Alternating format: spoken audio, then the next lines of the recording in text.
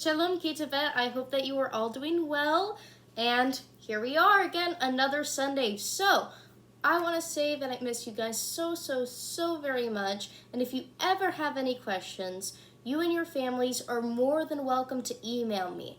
Now, I today just sent out a few more emails to some families who felt that they weren't getting the emails, so hopefully you can accept the invitation to our class for Kitavet, and you will start to see these videos. Now, for today, we are going to be doing 3 different things. We are going to be doing a letter of the day, an activity, and reading a story together. Now, this video might be a little bit long, but like the others, you guys can pause at any time that you need to refresh your memory. So, we are going to get started today with our letter of the day. Now, if you'd like to get some paper and a pen or pencil to be able to do this activity with me, you are more than able to do so right now. You can pause the video right now. Great. So our letter of the day is one of my favorite letters in Hebrew because it does not really exist in English. It is Tzadik. Here's your letter. Tzadik. It makes the letter Tz. Now you're like, Miss Horowitz, Miss Ellen, what is Tz? Well, in Hebrew, we have a lot of words that actually begin with Tzadik. Tzitzit, tzedakah, and a lot of other words. Today, we are going to be learning the word tzedakah. If you don't mind, please write down the word that is in the blue box. Tzedakah. Tzadik, Daled, Kuf, Hey. You can pause right here if you want to write it down. And its definition is charity. Loosely speaking, that is. Tzedakah is sort of like the act of giving, like you're giving charity. For example, let's say that you know that some people in your community are homeless and they do not have a home. When you give tzedakah to those homeless people, like maybe you're giving them a lunch or maybe you are helping them get into housing, you are committing tzedakah, which is an action. This is something you actually do to help somebody else. And in our religion, in Judaism, it's a very good thing to help others. It is an act of tzedakah. So especially right now with everybody struggling, in our community, if you have the opportunity, even at home, to do tzedakah, that'd be great. That doesn't mean you have to give your parents any money. Tzedakah can also mean maybe helping your siblings clean up something. Maybe finishing your homework early so that you're able to help your parents cook. Things like that are ways that you can commit tzedakah at home. So, as we have already learned the letter of the day for today, I have an activity for you. If you go on to our Shutterfly, there is a paper. And on that paper are all these drawings on different things that you are going to put on your Seder plate come April 8th or April 9th when most people celebrate their Sederim. So, if you went to one of the virtual Seders today that we had, either the women's one or you also did the chocolate Seder, then you may have seen some of these items already, and as well as in last week's video.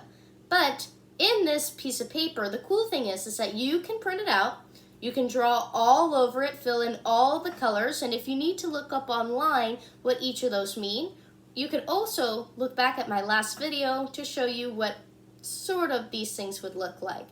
In addition to that, I actually have already made my own plate. Now, I used a plastic plate. You can use a paper plate or anything that you will need. So, this was my plate. Do you want to guess how old I was? I would say, about 5 years old. Now, here's my egg, my parsley, lettuce, charoset, bitter herb, and shank bone. Those are all of my pieces for my Passover plate. I also, like you guys, did a drawing on the back with each one labeled and filled in the colors for each one. Now, as you can see, I wasn't very good at following the lines back in the day, but this one was my Passover plate. So, as you can see, it even has my name on it. So what you guys will be able to do is that you guys could cut out the shape of your plate and glue it like I have here to the back of a plastic plate. Now remember, ask your parents for a plate they are no longer needing, because you don't want to glue it to something that your parents and your family is still going to use. Now, take your time, have fun with it, and be creative. If you want your harosa to be orange, let it be orange. If you want your shank bone to be yellow, let your shank bone be yellow. You could do it the actual real life way, or you can make it your own imaginative way. If you want to add an orange peel to your Seder plate, then you're more than welcome to do so. So, like I said, this one I made when I was about 5 years old, when I was going to Congregation Beth Israel, but you can make it whatever way that you would like. But please make sure to clean up your mess.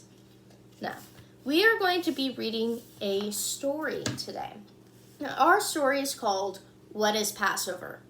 Obviously, because this is a different kind of camera, the words are going to be backwards, but the pictures you'll still be able to see. So I'll make sure to move over so that you guys are able to see the pictures as I read the book out loud. Now I'll go slow, and if you have any questions, you are always more than welcome to leave a comment under this video or to email me as well. It's a very good book. This book is called What is Passover by Harriet Zerfort, and the pictures are drawn by Lily James. Now, this is a really cool series. It is actually a series about all these, like, what's a birthday, what's a vacation, what's Hanukkah, what is Thanksgiving. All these different holidays are in books like this. So if you like this book, there are a lot of others as well. Now, I'm going to get started on reading this book to you guys, and I hope that you all enjoy. So the back of the book says, help Jake and his family prepare for a special family Seder this holiday. Lift the flap book about Passover. Now you might be like, Ms. Horowitz, what's a lift the flap book? Lift the flap book is something where there's different pieces of the book that you can lift up and there's another picture beneath them. I actually really like these books, and if I could, I would love to make them myself. So, we are going to get started.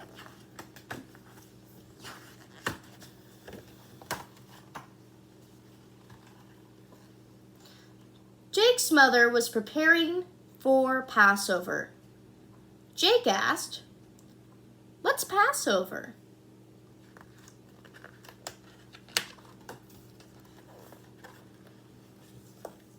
Jake's mother answered, "Passover is a Jewish holiday.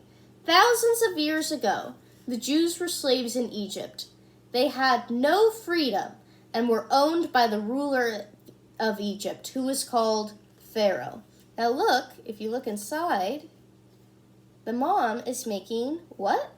Ah, yes, matzah balls. If you've never had matzah balls, like I said before, you take the matzah, you crunch it up, you add some eggs, some salt, mash it together into a giant ball, and have it in chicken noodle soup, minus the noodles. Absolutely fantastic if you've never tried it. The Bible says that God chose Moses to tell the Pharaoh to free the Jews. When the Pharaoh refused, Moses warned him that God would send terrible punishments, and God did. He sent frogs, biting insects, beasts, cattle, boils, hail, locusts, and darkness. Still, the Pharaoh would not free the Jews. So let's go over those 10 plagues again. Frogs, so there would be frogs everywhere. Some of you might like that, some of you might not. Biting insects, so kind of like mosquitoes or gnats that would bite you and cause pain. Beasts, so they would be like wild animals walking around. Cattle, disease, which means all the cows would get sick, and as we know, some people like to eat cows, and they provide a lot of food for people using dairy and also using meat. boils, which is like getting giant pimples on your skin, hail, which is like ice falling from the sky. We had some a few days ago. Locusts, which are like giant crickets that eat all the plants so that you don't get any plants. And darkness, which means that you couldn't see anything. And even after all of that, he would not free the Jews, says Pharaoh. Yeah. Jake's father continued. Then Moses warned the Pharaoh that unless the Jews were freed, the oldest son in every Egyptian family would die. When the death came to his own son, the Pharaoh agreed to let the Jews go. So the Pharaoh wanted to save his own son, so he's like, wait. Okay, I'll let the Jews go. The Jews had to leave quickly and could not wait for their bread to rise. The flatbread they carried as they hurried through the desert is called matzah. So here's the Egyptians making all the Jews leave. And there's all the Jews with their children.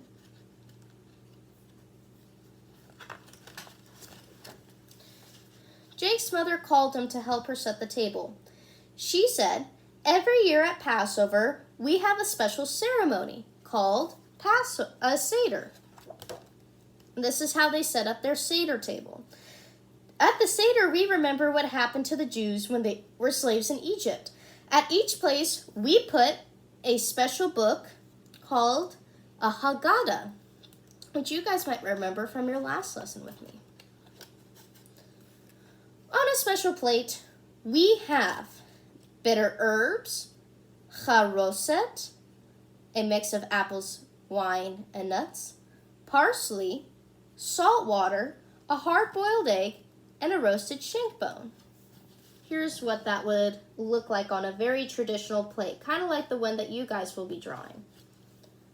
And you can see, it's not just mom, dad, Jacob, it's also Jacob's sister, Jacob's other family members, maybe his grandma as well. At the Seder, everybody reads from the Haggadah. There are blessings over the wine. So you see this person? They are reading from the Haggadah. Blessed art thou, eternal our God, King of the universe, creator of the fruit of the vine, which is like the prayer that we have on Shabbat. You see everybody raises their glass, right? Oh wait, not everybody. The kids don't raise a glass because they can't drink wine. But at your family, you might even have something else like juice that you might drink instead of the wine. We eat matzah in memory of the flatbread the Jews carried as they escaped from Egypt. And that's where the bread is, right here. Now you might see that there's a special little covering over this. Now, the matzah is always covered. Why? Well, some people believe that the matzah is covered because it's embarrassed to be the last thing on the Seder plate. But in addition to that, the matzah, it's a type of bread and it stays a little bit safer underneath that. Some people have beautiful matzah covers. Some people might not have them yet at all if you don't celebrate a Seder at home. So if you want to, another really good activity is to make your own matzah cover. And you could do that with maybe a t-shirt that you don't really need anymore. You clean it and you can draw on it and make it one of your matzah covers. It's up to your family and what you guys want to do. Here's the next page. We leave an extra glass of wine standing on the table. It is there for the prophet Elijah, who is said to go through the world doing good. And here's that little extra glass of wine that nobody's drinking. We open the door to invite Elijah in. Then everybody sings a special song to him. You can see they open the door and little Jacob's going on outside.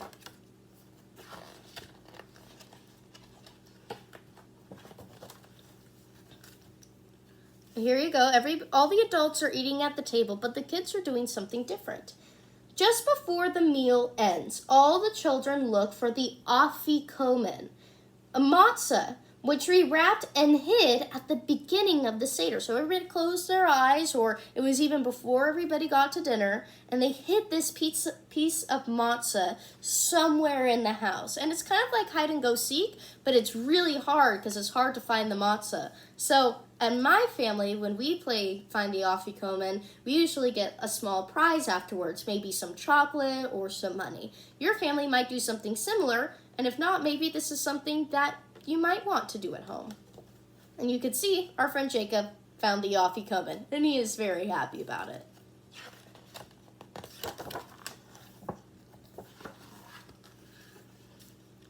The meal ends after everyone has eaten a piece of the Afikomen. So once you find the Afikomen, everybody gets a piece. And then after that, you have a happy Passover. So I'm glad that you guys were able to read along with me. There are lots and lots and lots of stories that you could really get into about Passover. This is just a basic understanding of what the actual holiday is like and what it's like to celebrate with your families. Now, you all are amazing, and I miss you so much, and I wish we could play together, and we can make these Seder plates together, and we could do our letter of the day and have Hafsakah. And right now we're not, and that's okay. I know that you guys will have a great Passover, whether or not you celebrate it, and I hope that you are safe and loved home with your families. I miss you all very, very much, and I hope you have a great evening. Chag Sameach!